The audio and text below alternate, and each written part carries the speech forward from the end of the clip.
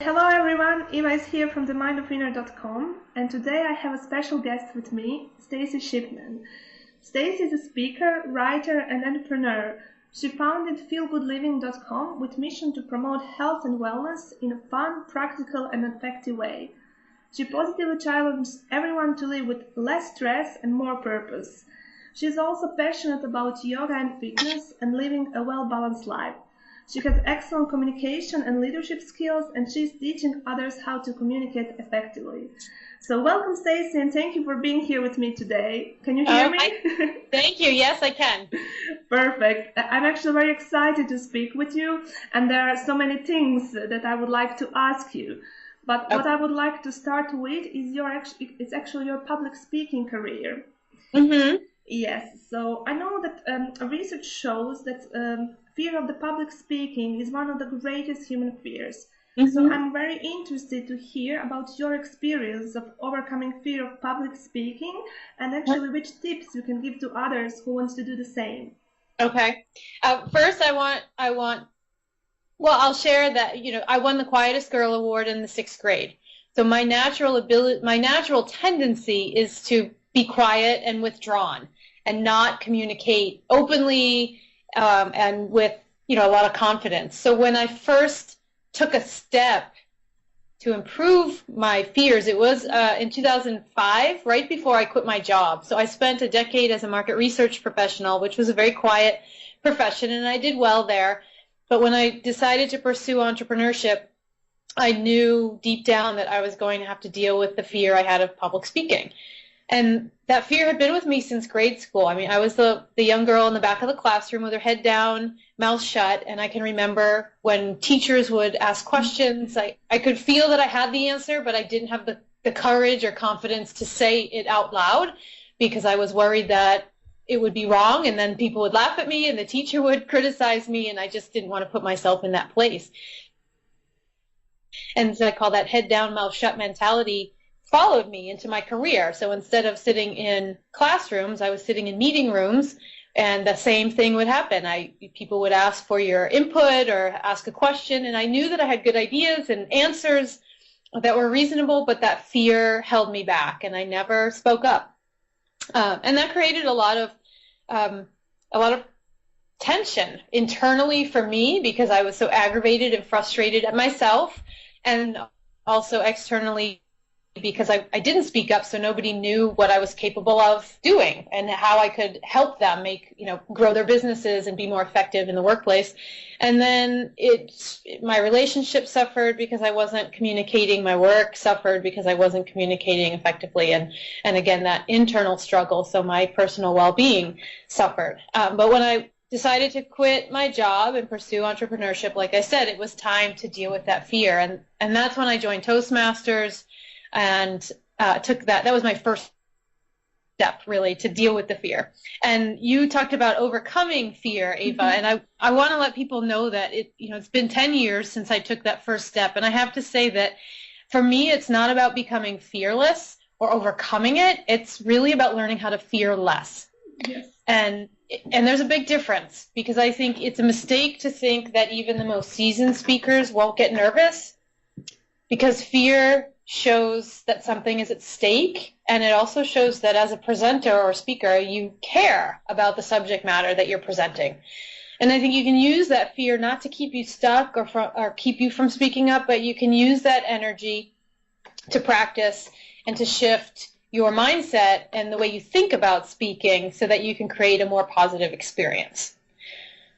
And I think that the tips that I'll leave you with are 3 tips that I often share with people who are new. I call them nervous or novice presenters, because it can be a very overwhelming step to take. And I think these 3 tips I share with clients in workshops with Toastmasters, and I use them, I remember them for myself.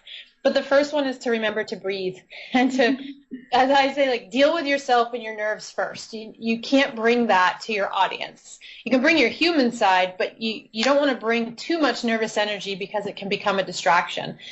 So get grounded, get focused, get calm, do what you have to do behind the scenes, and remember to take that breath before you communicate. The second tip is to bring your best self to every interaction. audiences don't want perfect, they want human. And so bring that best self, that authentic self, your real self, bring the stories, look like you care, show up like you care, and act like you care. So it's all about bringing your best, not your perfect illusion self to audiences.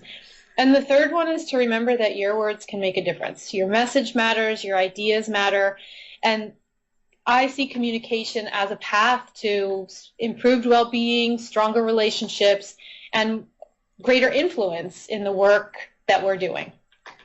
Yeah, I completely agree with you, especially about those things that you said about fear. And I read on your website that you said that your goal wasn't to become fearless, but to fear less. So Right. I just wanted to repeat this one more time because I think it's so important. Many people actually expect that fear will completely disappear, but it won't. We actually learn how to manage our fears.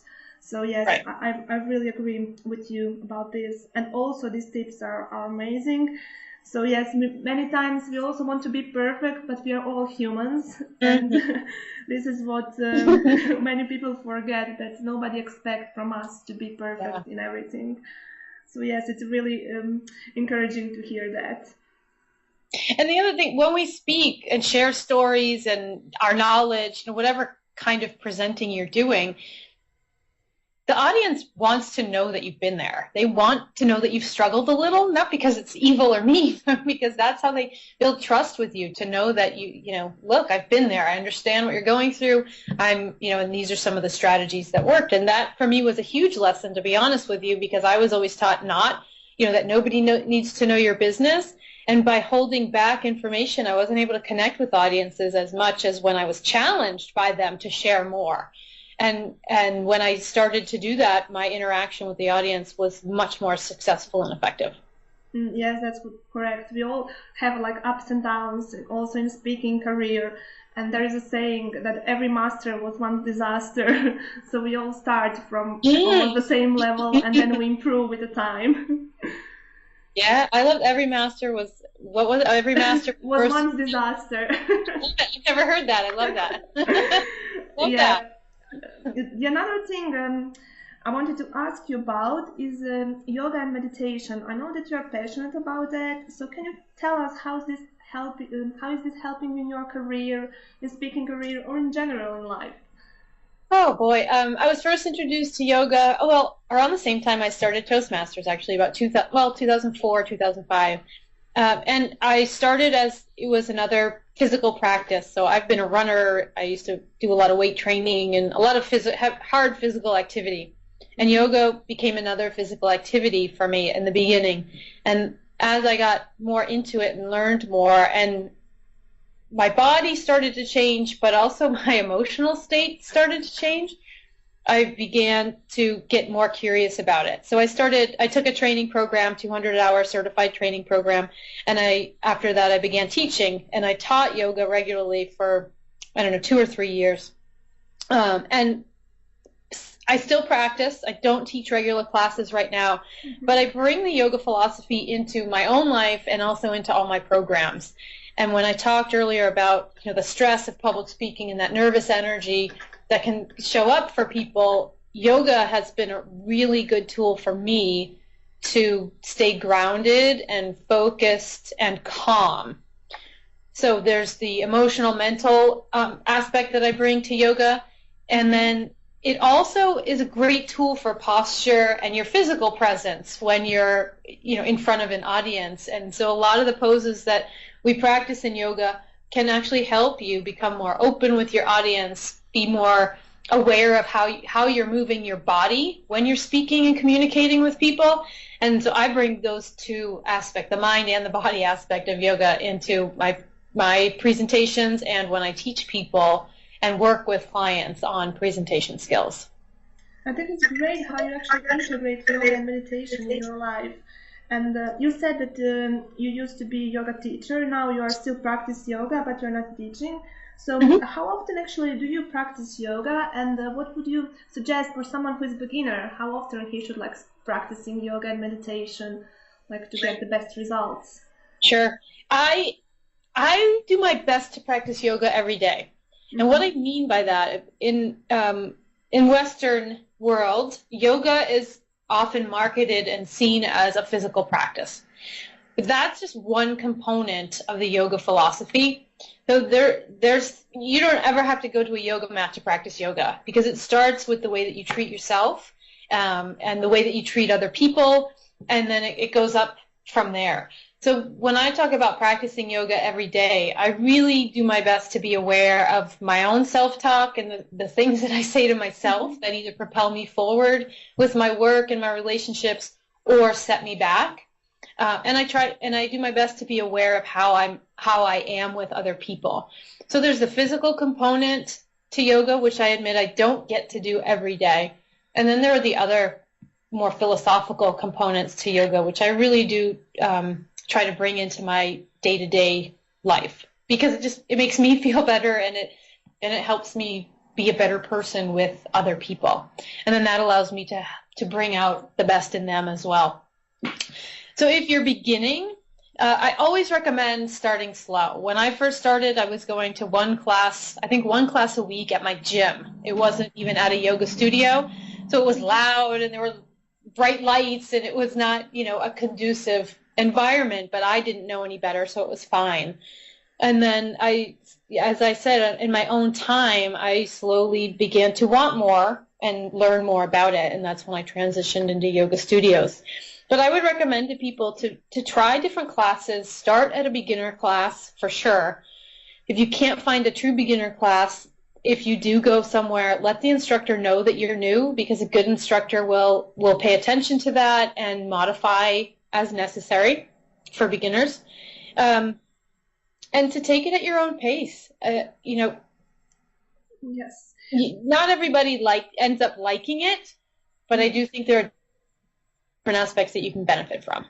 Yes, I think actually it's true what you said, because once when you practice yoga, it actually becomes the way of your life, and that emotional aspect of yoga you actually implement in everyday life, like to be calm, to quiet critics in your mind, be focused, to be a better listener. So we can implement every day this aspect of yoga and meditation.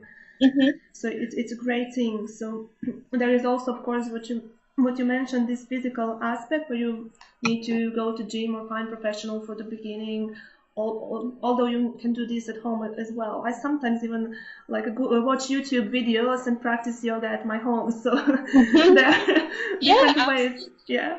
I also did some yoga classes before, so there are different ways how you can do that. So for me, it's a great thing that you can actually start even from your home, and you can start today. You can implement this anytime. Yeah, that's a good point. There are a lot of free. I know Yoga Journal has free videos online that you can practice at home. And I think the two things that I want to say, especially to beginners, is one, you don't have to practice for an hour or an hour and a half every day. It's better to do a few minutes every day than an hour once a week, because it helps really get into the flow, the flow of what yoga is, and create the habit with it. So a few minutes every day versus an hour once a week is a better approach, or a more effective approach. And the second thing, because I hear a lot of people tell me, I'm not flexible, I can't do yoga, I don't know how to quiet my mind. Well, first of all, flexibility is not a prerequisite, but if you choose to practice and make it part of your life, flexibility will come, because we improve things through practice, and yoga is a great practice for both mental and physical flexibility. Yes. And the thing about, go ahead. No, I just wanted to say, there are different programs. Obviously, there are some from beginners and some advanced. So, yes, for everyone who is starting, it's good to search for these beginners programs. Absolutely. Yeah. And then the last thing is just about quieting the mind. And it's not about quieting the mind as much as it is about, because your thoughts aren't going to go away. If somebody tells you that the point of meditation is to get rid of all your thoughts, that's a myth. The goal is to become more focused and more aware and more present of your thoughts, of your day-to-day life. So if you choose yoga and meditation practices, specifically meditation, sitting and the thoughts coming in is part of that practice. The goal is to be aware of them and then refocus your attention on whether it's the breath or a word or a question, some sort of point of focus. And that's the practice of meditation. It's about, your thoughts will come in, and then it becomes being aware of them and refocusing your attention on the present moment. Yes, yeah, I really agree with that. I think that being in present moment and focus is one of the most important things for success in life. Mm-hmm. So you are doing so many things, like you are doing yoga, meditation, speaking. I know that you are practicing healthy lifestyle. And what I was actually interested to hear is how busy women like you find time for this healthy lifestyle. And like every day, how much time do you spend, like, I don't know, preparing food, healthy eating, for all this, I would say, wellness and healthy lifestyle treatment. So is it like time consuming, or you find time for everything? How do you actually organize your time? Let's see. Well, first, I'm going to be totally honest. My husband and I don't have kids. Mm-hmm. So from that perspective, that gives us a lot more time than people who have kids and family obligations. We do have families, but we don't have that part of it. So that, I know, gives us a lot more time to focus on our work and, healthy eating and our lifestyle. But otherwise, to be honest, exercise has been part of my life since I was in college. And it's like brushing my teeth now because it's been so long, and it's just something that I do. I wouldn't go out of the house without brushing my teeth, and I try not to end a day without doing some yoga, stretching, a walk, a jog, a hike, whatever it is. And because my business focuses on promoting personal and professional well-being, I believe that part of establishing trust with people is to practice what you preach. So if I want to promote personal and professional well-being, I have to bring that into my own life.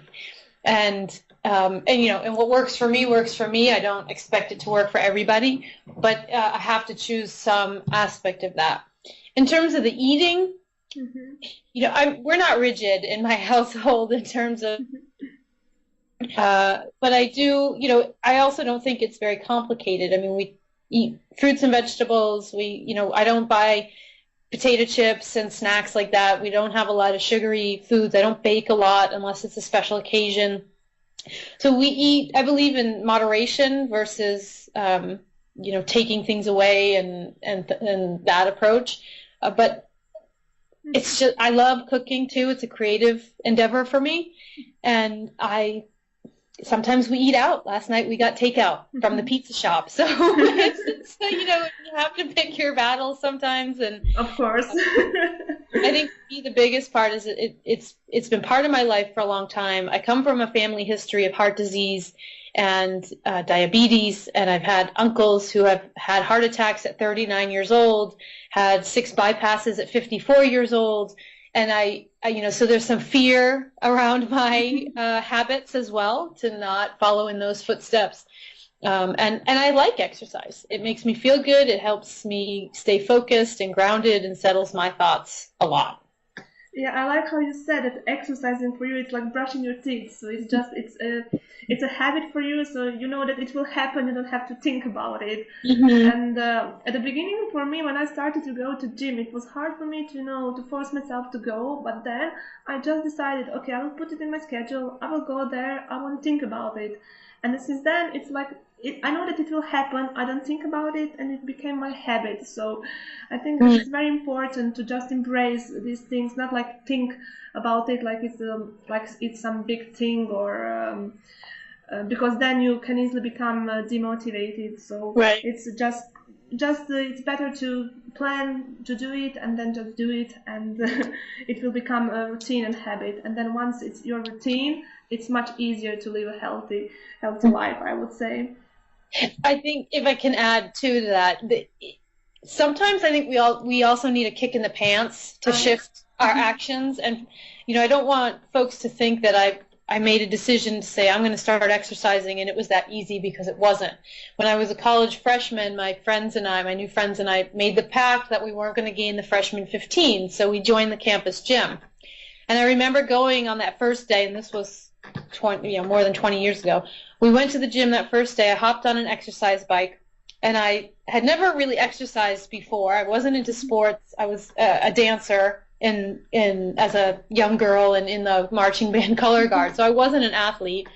And I hopped on the stationary bike. I thought I'd go for 30 minutes, no problem. How hard could it be? It's sitting down, riding a bike.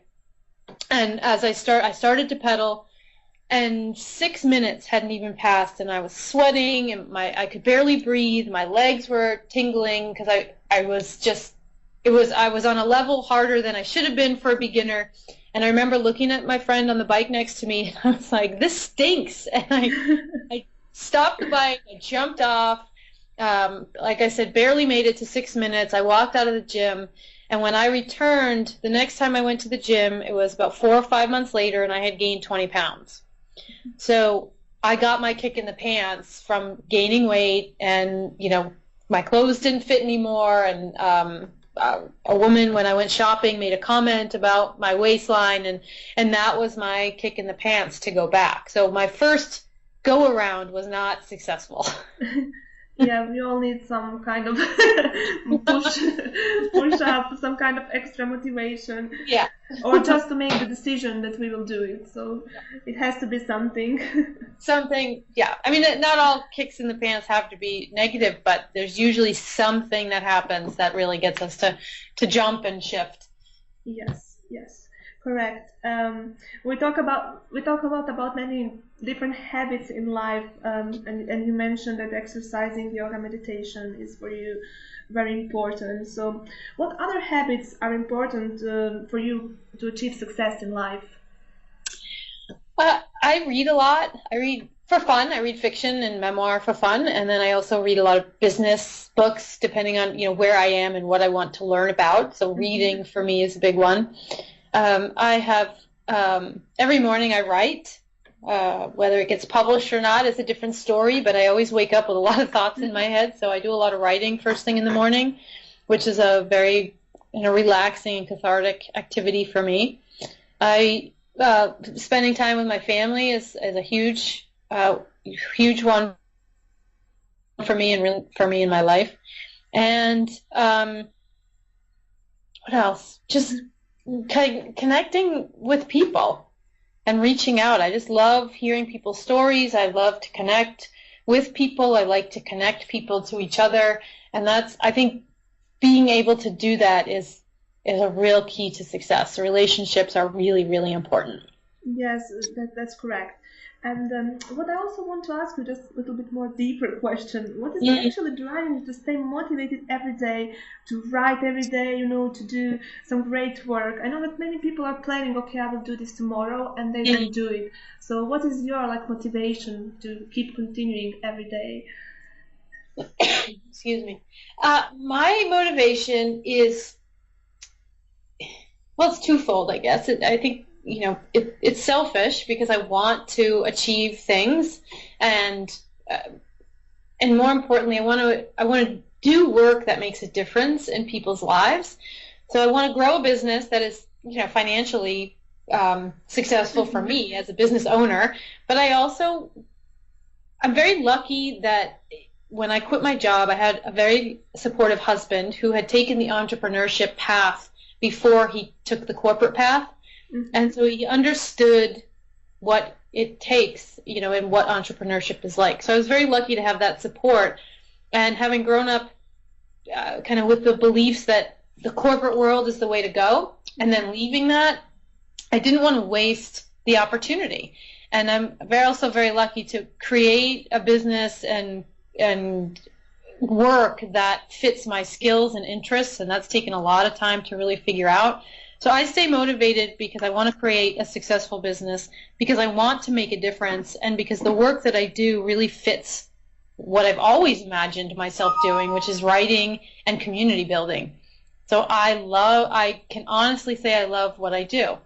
Is it hard? Yes. Are there days where I want to throw in the towel and look for a new job? Yes, and I have done that.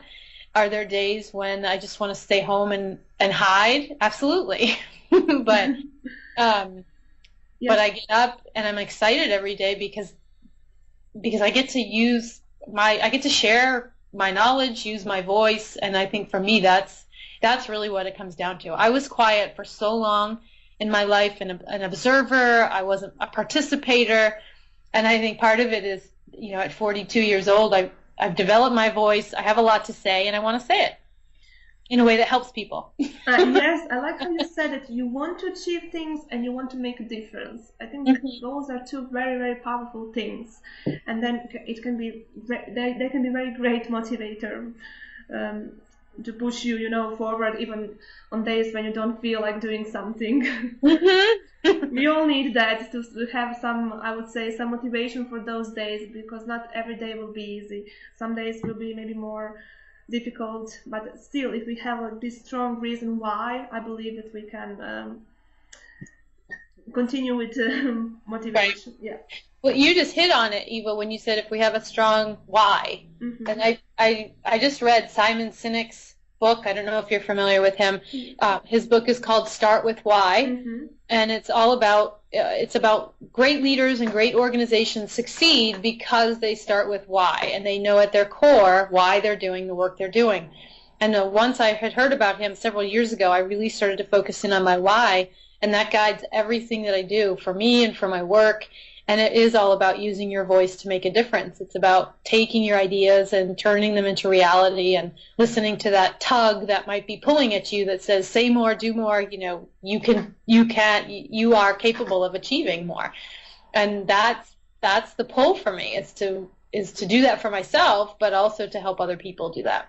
Yes, as you said, all successful people, the great leaders, they all have like strong reasons why they are doing something. Okay, thank you, Stacey, for sharing all these amazing tips. And for those of you who are listening, if you want to find more great tips and advices from Stacey, visit www.staceyshipman.com or follow her on Twitter @Stacey Shipman. Did I say okay? Yes, perfect. All right. So thank you for listening, and